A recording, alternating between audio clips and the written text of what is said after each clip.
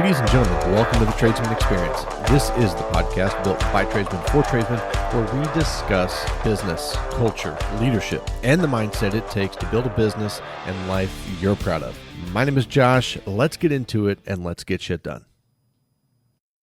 'Tis the season of bonuses, reviews, taxes, business planning, inventory management, and 100 other things that I'm not thinking of right now.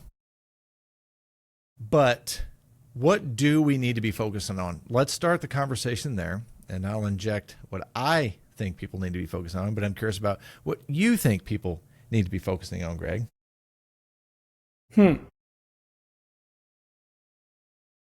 Where do we start, Josh? Wherever you want.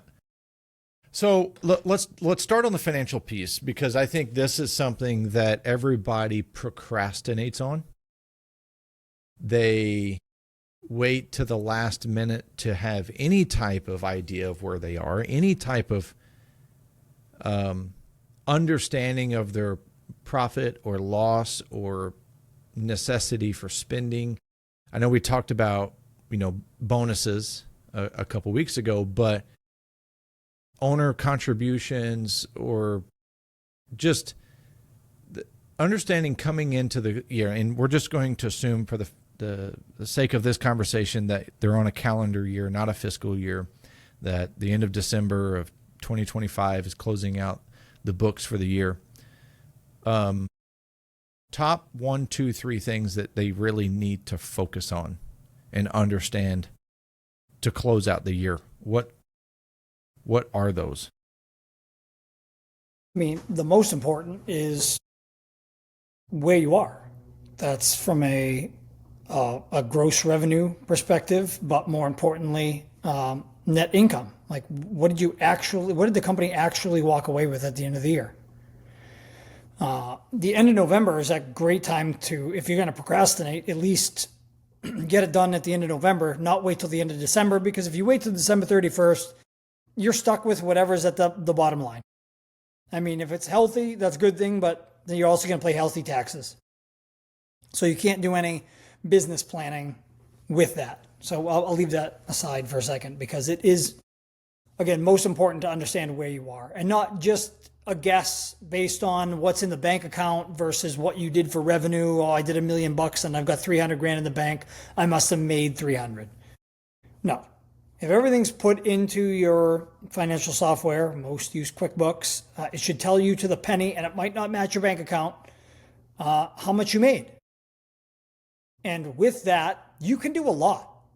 One, you can use it to adjust the end of your year and figure out, okay, if I did make a bunch of extra money, how do I reinvest that into the business, into things that can help us grow and do better next year, aside from forecasting, to figure out, all right, well, like, do I need 2 new trucks? And if I have extra money, instead of writing a big fat check to the IRS, why don't I invest it into my company so I'm set up for a better year next year and kind of kick the can down the road? Not to say that you never have to pay the IRS, but always better kick the can down the road because you want to grow. Sure, most want to grow. With that, it's understanding how you got there. And I know from my experience, a lot of people just get there by, I don't want to say luck, but you made what you made because of how the cards laid for you that year. There was no strategy to how you made that money other than, I got this much work from this builder or this contractor and these clients. And I hope to do that again next year. Well, you can run your business on hopes, but usually doesn't fuel the tank. So with that, you can take that and kind of reverse engineer. All right, where did all that revenue come from? And how do I use that as a model for next year to figure out how do I get there and then some? So I did X amount of business with this client, X amount of business in this sector, and this amount with these people. I need more, and which ones were the most profitable, which is the most important piece, because you might find that half of those contractors outweighed some of the positives from the other ones. So your goal and your forecasting should be like, okay, how do I shed the ones that continuously lost me money? And how do I get more of the ones that made me money? And if I want to grow and I did $1 million, I want to be 1.5, and most of my revenue comes from this source profitably, how much more of that do you need to get there? That's forecasting. And again, it doesn't have to be super fancy. It doesn't have to be all doctored up in spreadsheets. You can put this on literally a piece of white paper with a crayon for all I care. But at least it's a plan to say, I did $1 million, 500 it came from this contractor. The other came from this contractor. I can clearly see that my margin on one was higher than the other. We want to make more money next year. We need to find more of this work, much of this work, and then track it. Not just wait till November next year to say, well, we did more for that contractor, but did we make any more money? Not a. Something I hear people say all the time when you ask them about contractors that they like working for. I believe the top feedback that I get is, we like working for this guy because he always pays. They don't know if they're profitable though. Yeah, right? Nobody pays. But he pays. And that is the reason I bring that up, is because that's the metric that they're using to determine who they work for. They don't even know if they're profitable working for that guy or not. But have you ever seen the video of the guy where he does the hut crazy scale? Mm-hmm. Oh yeah. That applies to contractors. If you love working for them and you're super profitable and they pay on time, they're probably crazy.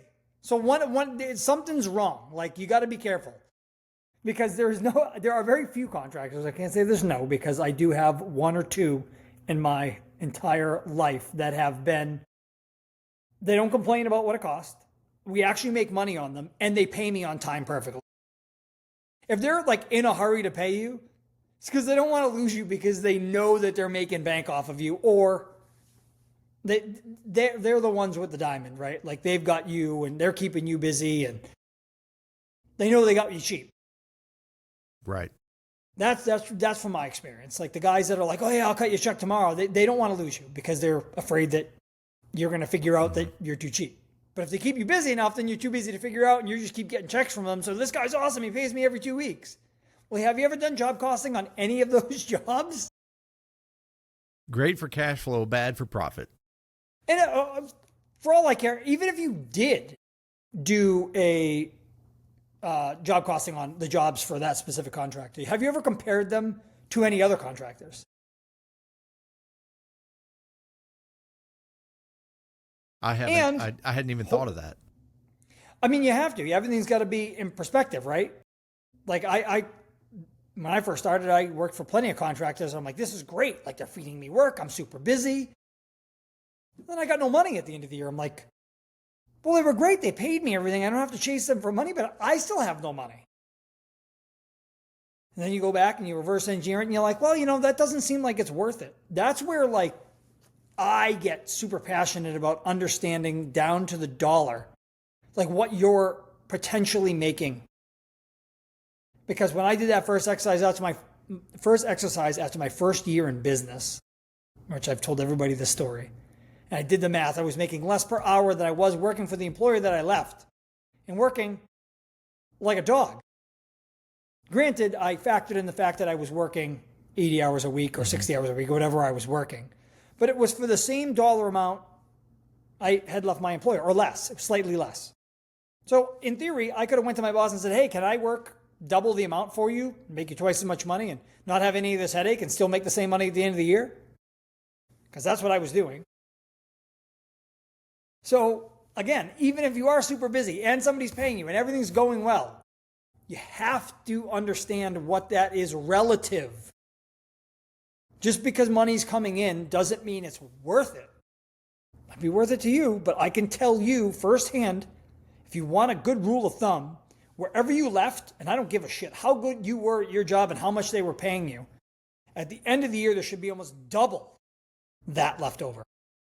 If you made $100,000 a year, you should get paid that $100,000 a year at your own company, and there should be 100 sitting there waiting for you. That's not yours, it's the company's. But that's what should be there. There should be something there. because I know what it takes to make that 100 grand as a independent contractor, a single person, chuck at a truck, whatever you want to call it. There should be that. So if you're just making what you were making leaving your last employer or slightly more, and there's nothing left over, I hate to say you're doing it wrong, but dude, you're leaving so much on the table. You're screwing yourself and you're screwing the industry. Well, maybe doing it wrong unintentionally means doing it unknown. You're not job costing, you're not tracking, you're not looking at expenses, you don't know what your overhead is. And this is what I did learn through the years is I used to get so mad. I used to get so mad at people that were charging less. And I'm like, how do you do it for that? There's no way. It's that's the famous line of, I can't, that's my cost. He's doing it at my cost. I used to get so mad at them because I thought they were maliciously doing it. And I'm like, wait a minute, what idiot wakes up in the morning and is like, I can't wait to go out there and be the cheapest freaking guy out there, make no money. This is going to be a great day. The reality is you just don't know. And it's all these things, like you just said, all these little things that you have to do and that you should do as a business owner to understand that we don't know. And you learn as you go, but it takes years. And that's the crap part. If you can find a way, and we help with that, if you can find a way to learn some of this stuff up front so you don't have to learn it the hard way, you'll save years. And it's so much healthier for you and the industry. Because you don't want to be that guy. You don't want to be the guy that people get pissed off about because you're charging too little. And then get defensive about it just because you got to put up a shield of like, well, I can't put my guard down. Who the hell are you to tell me I'm too cheap? You damn right and well know you're too cheap. If somebody tells you you're too cheap, then you're too cheap. Period. The end. Nothing else to discuss. You can get pissed, have a little hissy fit, throw anything you want at them. You're wrong. If somebody tells you you're too cheap, you're too cheap. If somebody tells you you're too expensive, they're wrong. You're too expensive means you're outside of my budget. Correct. I mean, don't get me wrong. There is a too expensive. But is there though?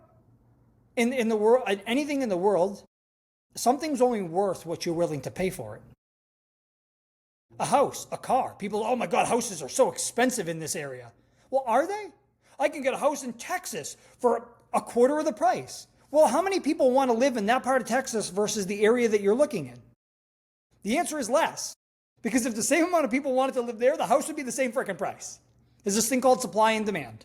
So when somebody tells you you're too expensive, you're not too expensive. You're too expensive for them and their perception and their opinion. If you do a job or you price a job for $1 million and the guy behind you is 100 grand and the job is really worth 100 grand, are you too expensive? I don't think so. I just think that that's what you're willing to do that job for. The person hiring the person, they're the ones to determine how expensive that is. If they can find somebody to do it cheaper at the same quality in the same time for their budget, well, then good for them. It doesn't mean that you're wrong. And this is one thing, obviously, I'm very passionate about when people talk about, and I'm going way off on a tangent here, but you gotta understand what your worth is and you gotta stand behind it. Don't worry about losing the job because you're gonna lose either way. Just because you're busy doesn't mean you're making money. So be careful with that. Sorry. I like to wind you up and let you go. Get me all hyped up on this topic. But again, I don't like too cheap. Listen to the people that tell you you're too cheap. Don't listen to the people that tell you you're too expensive. Unless you're consistently too expensive for the area and you don't get any work, then yes, in theory, you'd be too expensive because supply and demand. You're only worth what somebody's willing to pay for it. And again, doesn't mean you have to lower your price or your standard to somebody that's cheap. Frugal. Shouldn't call them cheap.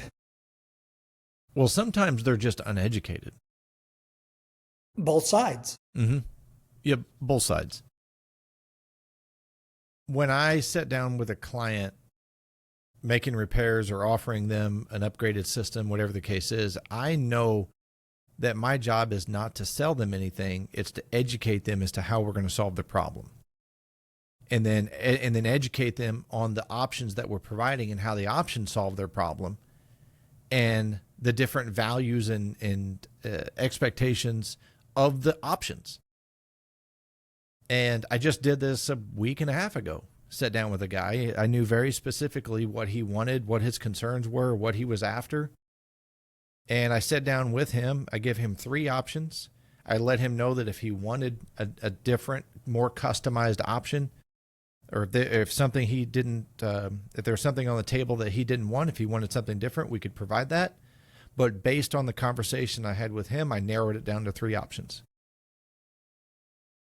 The first thing that he did after we went through the options and I explained to him how they solve his problem and how we were going to, install it or what the benefits were for him, the first thing he did is he picked up the cheapest one and goes, well, I don't want anything to do with this, and handed it back to me. Like, get this out of my face.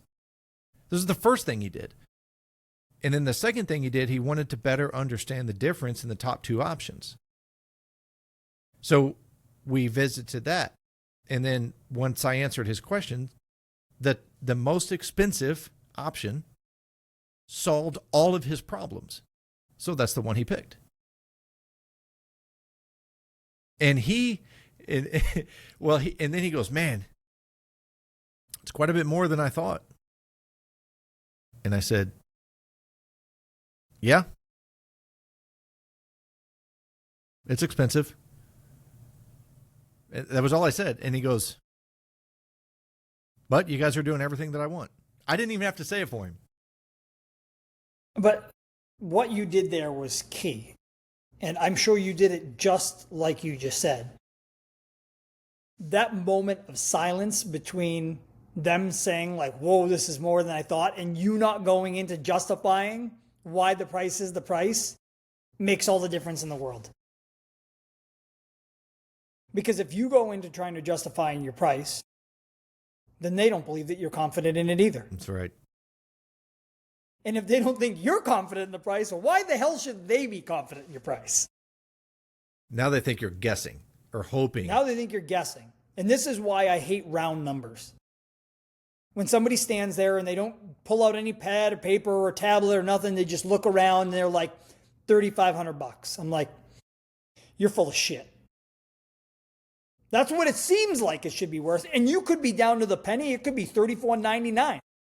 But I want to know how you got there. I want to know that you actually did the math to understand. Not, hey, I did a job like this 2 weeks ago and it was about the same price, so I'm going to charge you the same thing. Like, no.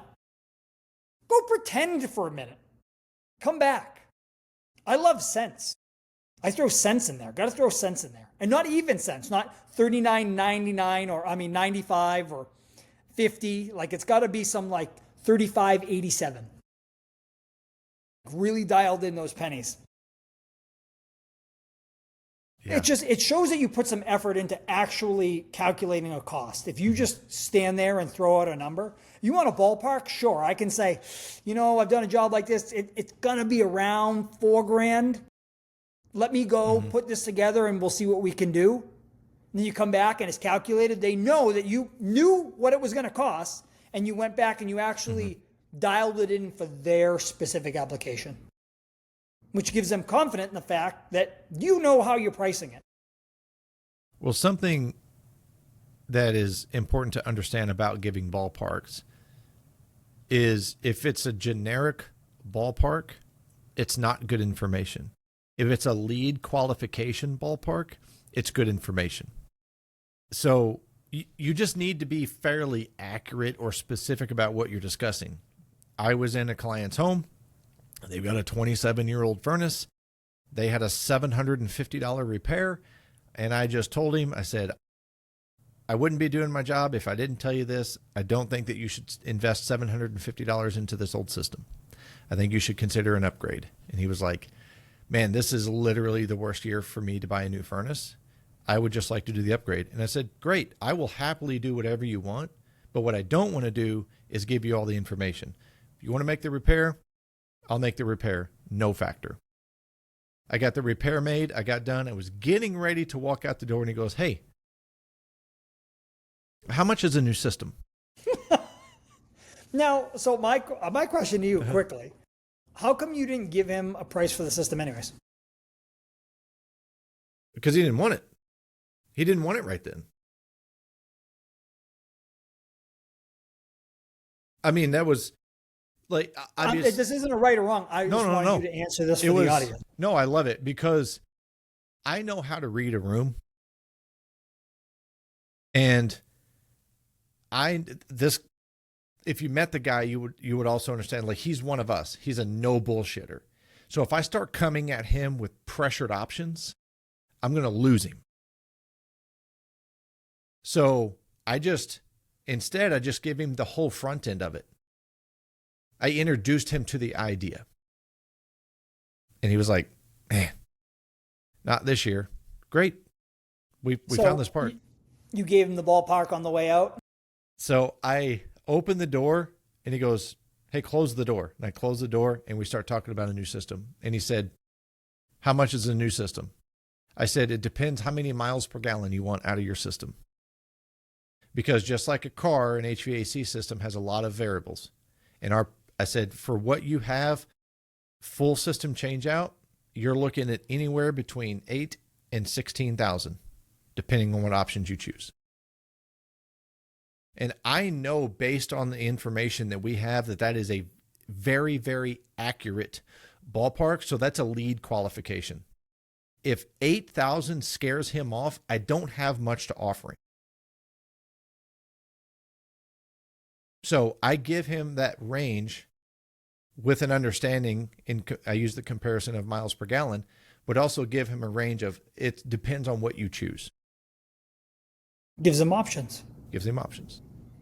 I like that because if you're, especially in a position where you're stuck and it's nice to know, like, all right, for 16 grand, I can get the Cadillac and all the bells and whistles. But if I had to get by and this thing explodes tomorrow, I could fix this for 8 grand.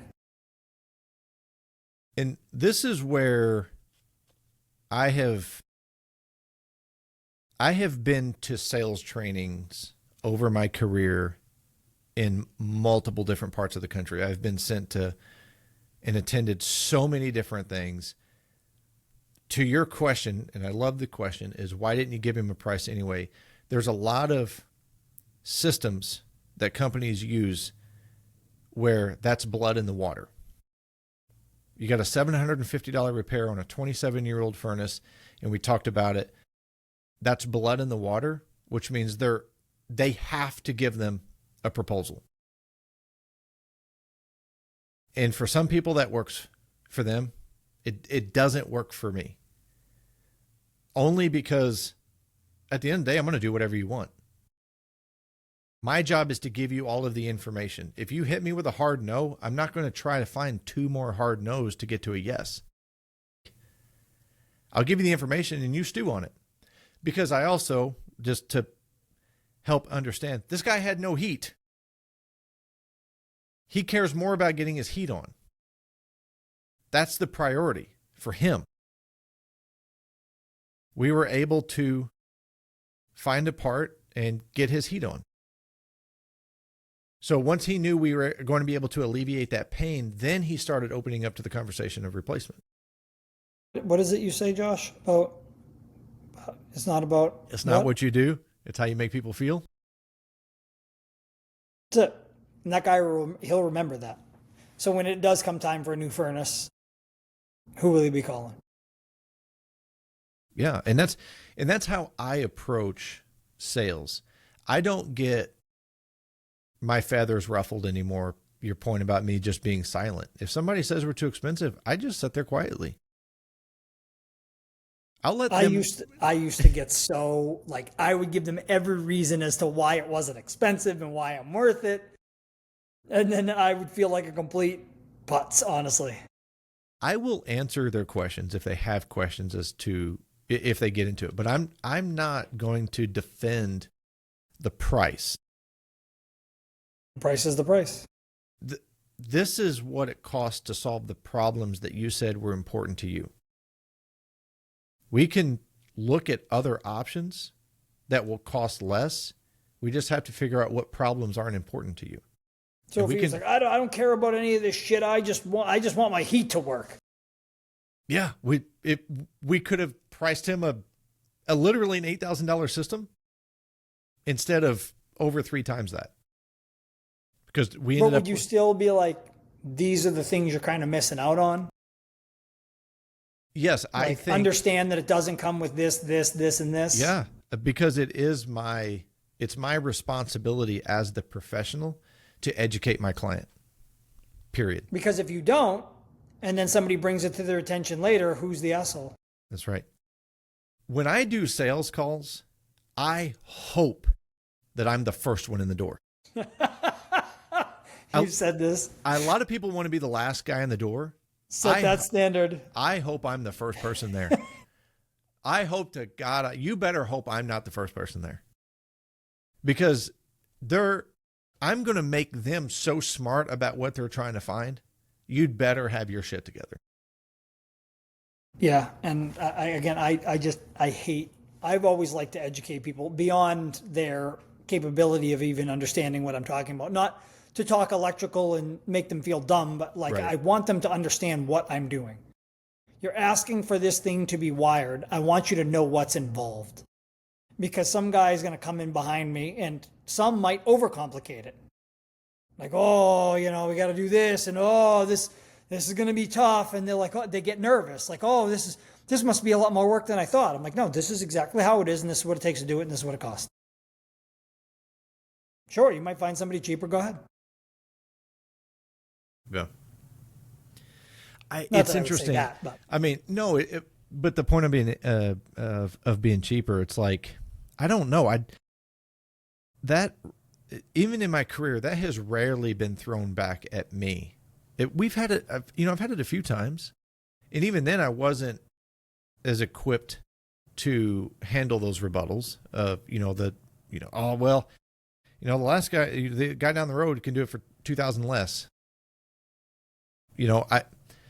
I wasn't, again, experienced enough then to know how to navigate those conversations like I do now. If somebody said that to me now, I would say, oh, well, can you walk me through what you're buying for $2,000 less? Like, that would be my question, because I want to make sure that you are comparing apples to apples. I want to make sure that you're making the best decision. And if I sat down and it was tit for tat and they were $2,000 cheaper, I would look at you and tell you that you're a fool not to take their offer. But at the end of the day, the only thing that I can promise you is the quality that we have. I don't know anything about what they do. But that also goes back to reading the room. There's some clients that if they say that, it's like, well, this guy's cheaper. And I can look at them and go, I've never done anything cheap that I didn't have to do twice. good line. So again, it's the ability to read the room and adapt to your client and manage your emotions. And manage your emotions, communicate with the way that they relate. My biggest experience with that, like my biggest hurdle in that those situations, my past experience is the emotional part. It was, especially when I was newer, right? Like I didn't want to lose the job. So you do anything to like bid your way down to getting the job, even at a loss, because you got the job and it's work, right? You wanted to gain the client, and then you got the ones that know how to play the game both ways, and they're like, well, my brother or my sister owns there, and they could get you a lot of work. Like they use you, or it's a game. Yeah. And then the phone never rings after you leave there, so you've just been used. Or the builder that promises you, oh, I got 15 more houses if you price this one right. Well, how about you let me do this one at full price, and then if it works out well, I'll give you a discount on the next ones. Exactly. That is the exact response. Not doing this one cheap for you to be like, yeah, no, this didn't work out. Thanks for the cheap house. Right. Everybody loses in that situation. But either way, most of my problem was it wasn't even the communication. It was my emotional, the fear. It was fear. It's all fear based. The fear getting in the way of me losing the job and whatever I had to do to get the job. When half of those jobs I should have just walked away from. Because that time I spent on those jobs, I could have used getting in front of more people to get better work.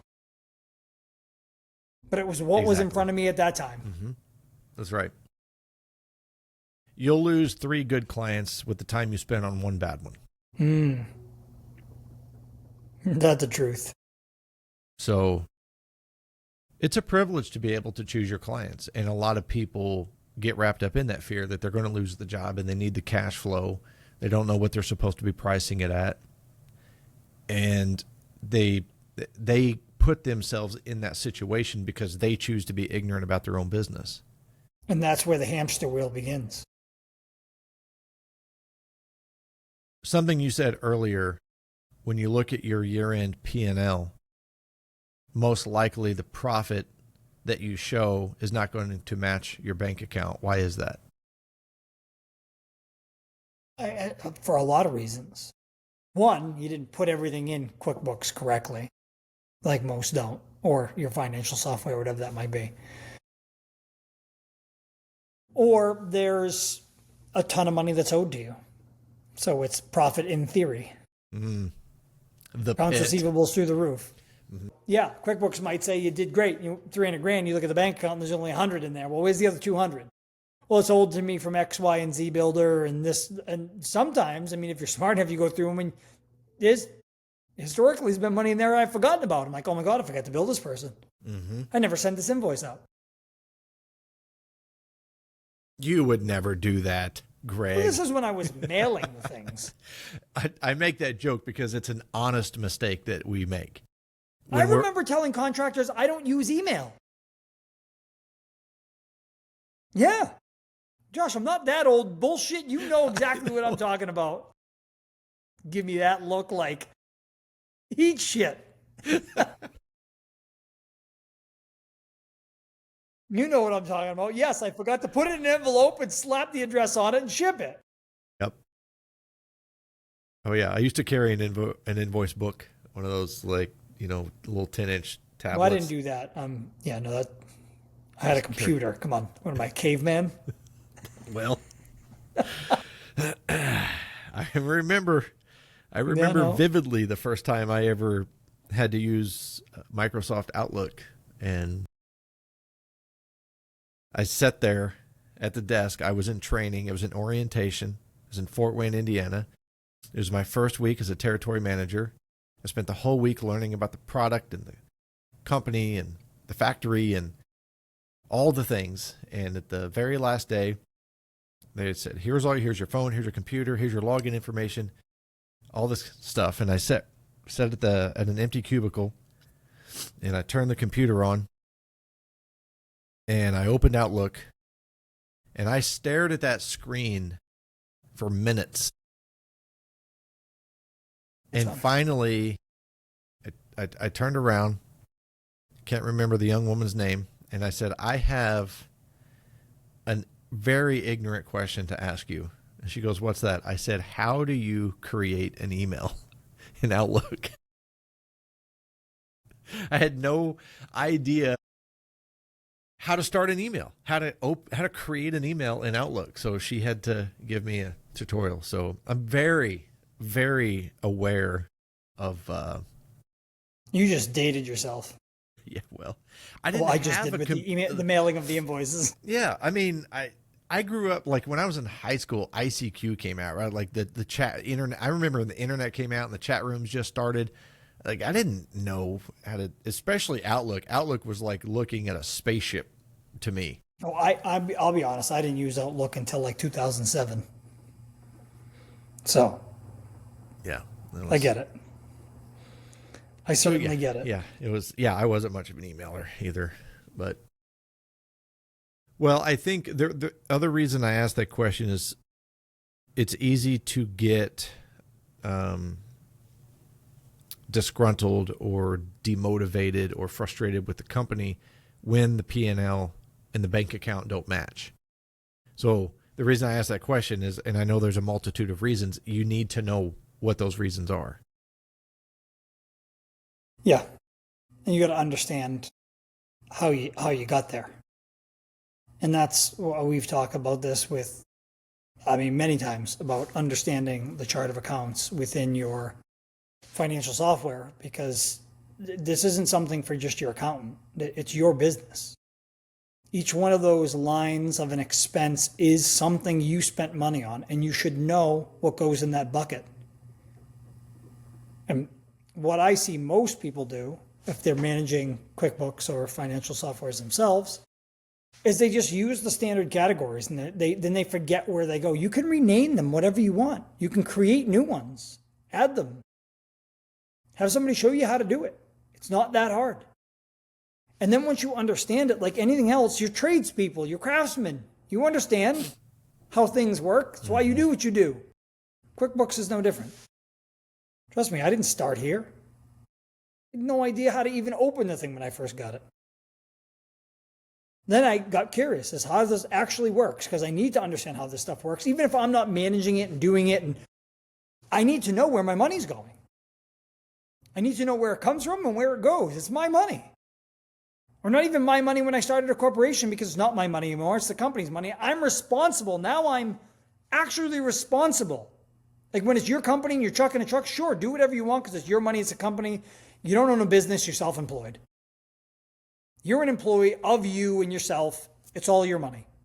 When you create an LLC or a corporation, you are now employed by that company and you automatically get a position. Regardless of what you do in that company, you sit on the couch, twiddle your thumbs, you are the owner or the president or the manager of that company. You are responsible to manage the money and that company.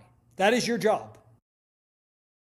On top of the fact that if you're doing the craft that business manages, electrician or plumber or welder or whatever you are, you should get paid to do that position. We've talked about this. So you're a welder and you're an owner. Two different positions. The owner is responsible for what happens to the corporation and the company. The welder is responsible for doing the work. Two different hats. And if you do the books, well, you're also a bookkeeper. And I can certainly tell you, we've talked about this many times, Josh, any one of you in a skilled trade, no offense to the bookkeepers out there, but I guarantee you your time in the field doing your craft is worth far more than you hiring a bookkeeper. Not to say that there's no skill involved, because there certainly is a ton of skill involved in managing a good set of books. Well, because of their skill set, they can do in 2 hours what you do in 20. Right. And when you spend those 20 hours or more a month at the dinner table at night or weekends or early mornings, the value that you're missing is the time that you're stealing. What are you stealing that time from? Stealing it from your family, stealing it from your personal health, you're stealing it from your hobbies. You're stealing it from somewhere. You're stealing it from somewhere. Yep. Just to save $600, $800, $1,000, whatever whatever the standard services cost. And those of you who have never heard me say this before, if for the ones who are thinking, I can't afford a bookkeeper right now, you can't afford not to have a bookkeeper. That's the reality. If you could hand off that time, and you might not even be doing it, but it needs to be done for you to run a proper business. So if you don't have the time to do it, and you don't have the money to do it, then you're never going to. So find a way to work twice as hard as what you're doing and do no bookkeeping. I don't care. Just generate revenue. Enough to where you could bring somebody in part-time to just start to chisel away and organize the chaos. That will accelerate you. That is the lowest hanging fruit. If you don't know your numbers and you don't know how every single job is going down to the penny, you're not doing it right. And you're going to get caught in the hamster wheel. Because one of two things is going to happen. Numbers, they never lie. It's the greatest part about numbers. They never lie. They're going to tell you one of two things. You're doing it right or you're doing it wrong. And if you're doing it wrong and you don't like what it is, at least you know you're doing it wrong. Don't get upset at the world. Don't get upset at the contractors and the people you're working for, because you're the one choosing to work for them. You're the one to choose what you're going to charge them. You don't have to accept the fact that they cut you in half and you have to do the job because you have to survive. No, you're losing money. You're better off going back to work for somebody. And if you can't go to work for somebody, This is to those who have left their employer because they can't maintain a job, so they think being self-employed is the answer. If you can't work for anybody, you can't work for yourself. And I'm sorry you have to hear that, but that's the reality. You should master working for somebody else, because you're still going to have to work for somebody else, because that somebody else is you. Most people are way better employees than self-employees. Regardless of how good or bad they are as an employee, chances are they're a better employee than a self-employee. Because it takes a whole different type of discipline and responsibility to be self-employed than it does to be employed. It takes everything of a good employee, and then I don't even know how much more. A ton more is the answer. So if you can't handle the entry-level basics of being an employee, you're not going to be good self-employed. You think it works because you don't have to answer to somebody, but it doesn't. Because you clearly don't have the discipline to be a good employee. So you should seek to understand what that looks like. And if you are self-employed and you did that, then I suggest that you take this, don't get offended by it, and run with it. Figure out, okay, well, where did I fail as an employee? I'm sure some of you and a bunch of you, most of you, probably work for some shit employer. No fucking excuse, man. I work for shit employers, but I gave it my best. Was I the best employee? No. Wasn't perfect by any stretch of the imagination. But I did figure out that my flaws of being an employee were the same flaws I brought with me into being self-employed. They're just amplified. And then employing others. And I learned the hard way. And I really don't, my mission is to help you all shave all that heartache off. I went through that pain. I don't want every craftsman and tradesperson who has the dream of starting a business to feel that way. But if you're feeling that way and you've already turned this podcast off because you don't want to listen to me tell you the truth, you got to hear it, man. It's not easy. It's a lot of work. It's a lot of work. And I think, I'm trying to think if I want this to be my true statement. Well, I think the number one problem that most business owners create for themselves is they attempt to do it all alone.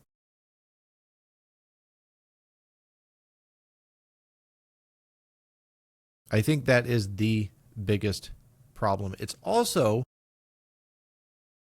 the biggest opportunity for you to escape accountability. If you don't let anybody else do it, nobody will blame but yourself. And if you only have to blame yourself, well, you're just probably not going to. And yep. And to those who got offended by some of the statements I just made, you're the one. Fragile ego. No fragile egos welcome. I wish somebody told me this. I do too, man. I wish somebody pulled me aside, first punched me in the face, and then told me to sit down and listen to what I'm going to tell you that you're going to hate. Think about that. If I came to you and said, Greg, would you let me give you $1 million to punch you in the face? And you said, absolutely. And I just punched you in the face and sat down and said, now, I'm going to teach you everything to make you $1 million that you would never make doing this shit on your own or not paying attention to these things. Right? I mean, that's ultimately what you're saying. It's like, I'm giving you $1 million worth of advice here. Or more. Oh, it is more. I'm just being conservative because it's scalable, right? It's scalable.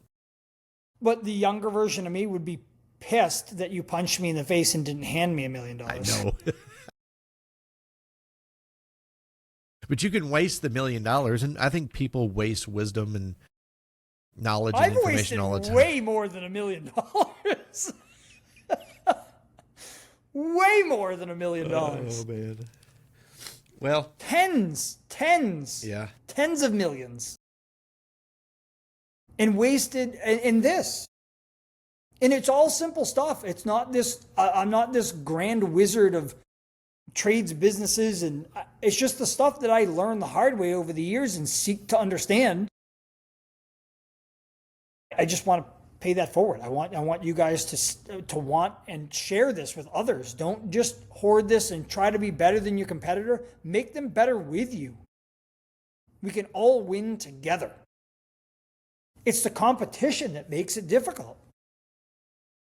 And the competition is usually uneducated, regardless of the pedestal or the caliber you think that they are. I know plenty of businesses that I put on pedestals. I was like, I would love to be like them. Well, what does it take to be like them? And you start to peel back the onion and you're like, I would never, ever want to be anything part of their everything, anything. No, you can keep it. Or you go to business. You're doing all of that for 1%, right? Terrible. Terrible. Well, no, it's not. It's just not worth it. I want to jump off of your comment of winning, because I think you have to have a plan to win. Not that you have to have a perfect plan, because I think action trumps planning most of the time. You just need to make sure you're taking the right action. Well, what's the saying? Those who fail to plan to fail. Yes. So you plan the work and then work the plan. So with coming into 2026, you now have at least, if you've been in business all of 25, you have at least a year of data.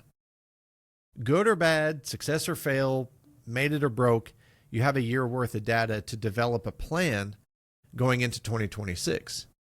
And again, we're not talking data ones and zeros on a hard drive. No, we're talking like crayons and pieces of paper and napkins that have numbers on them from work that you have performed. I mean, one thing you look at is trend, right? Because your revenue is going to fluctuate. Well, what trend determined that fluctuation? What was the cause? Okay, that's data. So how do you tee up for the good and then prepare for the bad? That's data. You had 2 guys and now you've gotten 3. What did that do? Or you had 3 guys and now you've gotten 2. What does that do? You have so much operational data in your company that you can look and build a plan and go, this is what I want to accomplish in 2026. So you have to build a long-term goal and build a short-term plan. Well, what does fourth quarter, third quarter, second, first quarter look like? Okay, well, this is what the first quarter looks like. Okay, what does your average revenue generation need to be? Well, it needs to be $100,000 a month. Okay, that's $300,000. All right. So now if you're going to plan, you have to aim past the target. And we talk about this all the time in sales. If your goal is 100,000 and you sell half of the jobs that you bid, then your target should be 200,000. Which means to get $100,000 worth of jobs, you need to be focusing on bidding $200,000 worth of work. And you got to do that every month. It's why it's very important to track estimates. Because estimates are the money, the work you have bid, you've put out there.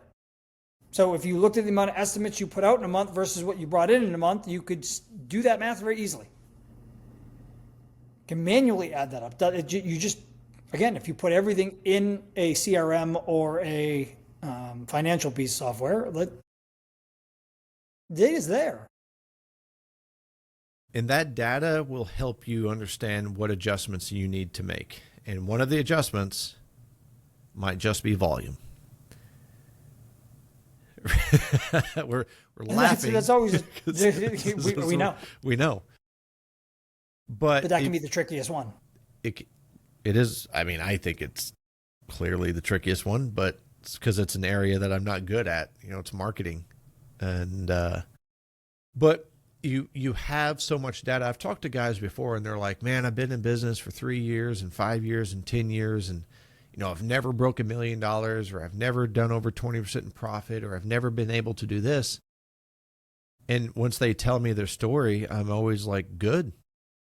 You have 8 years of data, 8 years of experience that you couldn't have gotten anywhere else. So now we have to determine how we're going to evaluate that data and utilize it to not do the same fucking thing and over and over and over again. So you have such an advantage because you have years of data and experience that most people would kill for. So let's take that and build you a new plan. And they're always like, fucking never thought of it like that. They just do the same thing. They do the hamster wheel that you've referenced. Yep. Same thing. When you're too busy chasing to put out the fire, you can't pay attention to anything. It's tough. But that's where stopping and looking at the difference between working in the business and on the business. You're doing one job and not the other, is what it comes down to. You have two jobs, whether you like it or not. If you started a business, you're obligated to operate two jobs. If you neglect the most important one, the business side, then you're going to get caught in the same cycle. Yeah, some people get lucky. It doesn't last forever.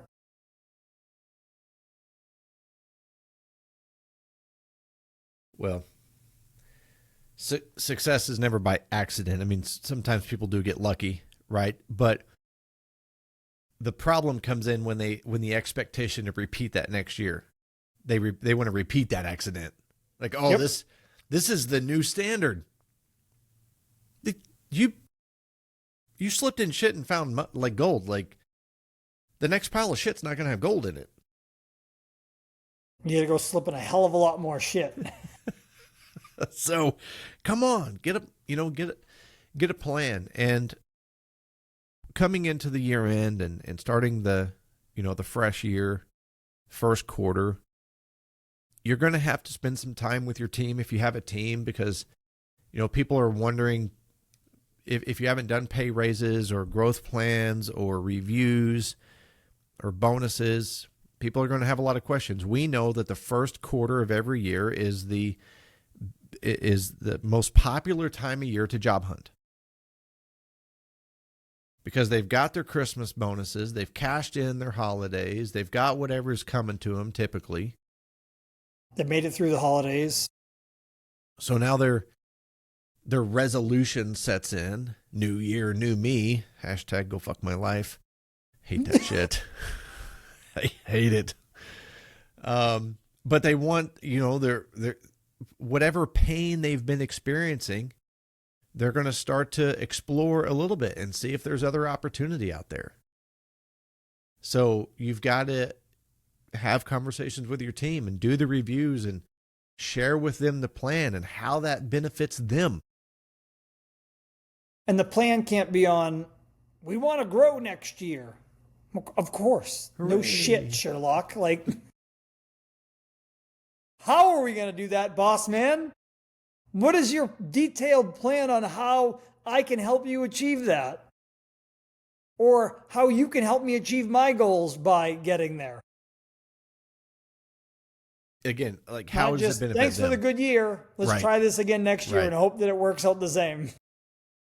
Guilty. Been there, done that. Well, did you ever hear that old, I don't know if it's a story or analogy or just a stupid ass example, but the boss brings the new employee in and sets him down at the desk and he says, hey, and he shows him a picture of a new sports car.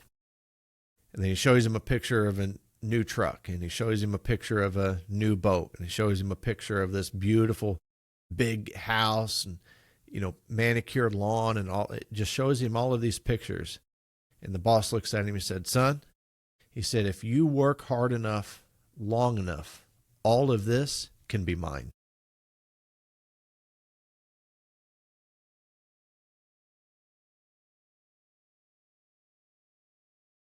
And I think that is a great example of what a lot of employees think when the owner starts talking about growth and talking about expansion and talking about higher revenues and talking about sales targets and talking about profits, is they look at that as the boss saying, if you guys do all of this, then all of this can be mine.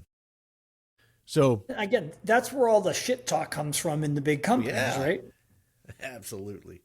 And it is that's the crap part. Like, is as you grow and you're the person in charge and nothing's changed, right? You have 3 guys, you're there, you're working with them, then you get to 10 guys, 12 guys, they don't really see you anymore, but they see the stuff to start to accumulate. And they see the life that you're building, not realizing that you're responsible and stressed out and running all of it, but they're just like, I'm still making what I'm making. All these guys are still making what they're making, but you're making more because naturally you're making more off of each guy that gets hired. Hence why you're doing it, to grow, to profit more.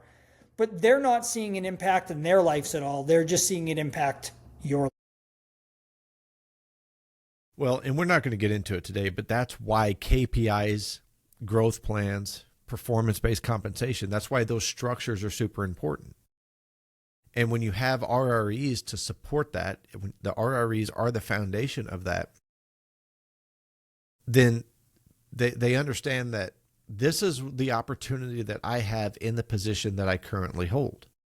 So if you want more opportunity or more benefit or more pay, more reward, then you can lay out a clear growth path for them of what that looks like. And even if you want my job, then let's create a growth plan to get there. Come and get it, please. 100%. So I'll sell it to you happily. Yes. You can have this chair. But the caveat is you can't quit and you can't sell it. Once you take the job, you can never walk away from it. How's that? 24 hours a day, 7 days a week, 365 days a year. You own it. The stress factor never goes away. Ever. Christmas, birthdays, vacations, middle of the night. It don't give a fuck. It doesn't. It's always there looking at you. Staring you. Yeah. Tapping on you. Hey, you think you're sleeping? Just kidding. Well, I want to. Anyways. Yeah. No, I want to close with this because it's another analogy that I hear a lot, and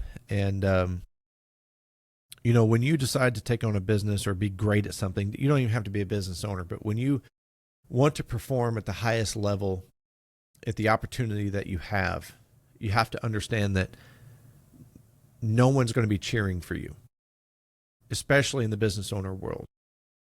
And if you've ever heard the analogy of standing in the arena and it's empty and it's dark and you show up every day and you do what you need to do and you do it the best that you can do, and then one day you hear a solo clap in the auditorium. You hear one clap in the arena. And I think that clap is coming from the future version of you that is telling you that if you keep the path, you'll make it. I think it's the older version of you that has showed up into the crowd, and that is that quiet single clap in the auditorium because you're doing the right thing. You're on the right path. You're putting the work in, and it doesn't feel like it, and it gets lonely, and nobody's cheering you on, but you have to cheer yourself on. And eventually, I promise you, the clap that you hear is the future version that you deserve to be. They're going to show up, and they're going to root you on. And diving into the shit that we've talked about in this podcast tonight and understanding the responsibilities that you have as a business owner is necessity. It's not even optional. It's not negotiable. It's necessity. You have to do the thing. Every day. There's no days off. There's mentally. Bad days. There's just no days off. That's right. And we made the joke yesterday, right? Like, God forbid we have a bad day. And we laughed. And we said, all right, well, good. Let's just pick this up tomorrow. And we did. And today's been a fucking killer day. So, all right, we got to get ready for our boot camp. Yeah, man. Okay, man. All right, guys, you can find us on Instagram at Blue Collar Insiders. Email is thetradesmanexperience@gmail.com. Thank you so much for spending this time with us. Get out there, get shit done. Be proud to be a tradesman. See ya.